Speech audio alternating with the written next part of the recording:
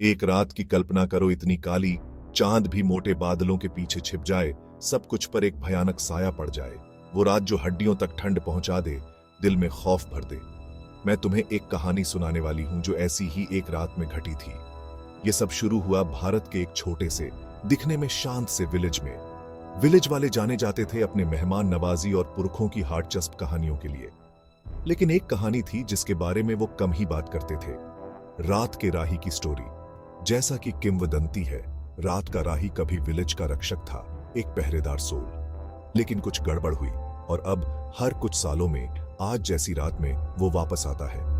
वो सिर्फ डनाइटा नहीं, शिकार करता है। उस रात अनाया, एक युवा और जिज्ञासु पत्रकार, खुद को इन पुरानी फुसफुसाहटों से घिरा पाती है।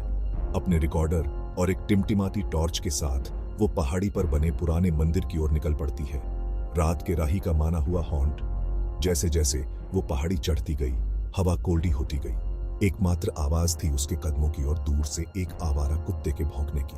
जब वो मंदिर पहुंची, उसकी टॉर्च और जोर से टिमटिमाने लगी, मानो उसे वापस जाने की चेतावनी दे रही हो। लेकिन अपनी जिज्ञासा से भरी वो अंदर कदम रखती है।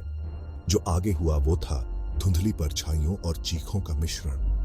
रिकॉर्डर जो अगली सुबह उसके सामान के पास मिला, उसके आखिरी शब्दों को कैद करता है, वो यहाँ है। विलेज वालों ने उसके बारे में फिर कभी बात नहीं की और अनाया उस रात के बाद कभी दिखाई नहीं दी। अनाया के साथ आखिर क्या हुआ? क्या रात के राही ने उसे ले लिया, या ये बस रोशनी का धोखा और बहुत ज्यादा कल्पना थी? हम शायद कभी नहीं जान पाएंगे। लेकिन काली, बादलों से भरी नाइटों में जब हवा कुछ ऐसे ही हुंकारती है, विलेज वाले अपने दरवाजे बंद कर लेते हैं, दुआ फुसफुसाते हैं और रात के राही की फियरनाक सच्चाई को याद करते हैं।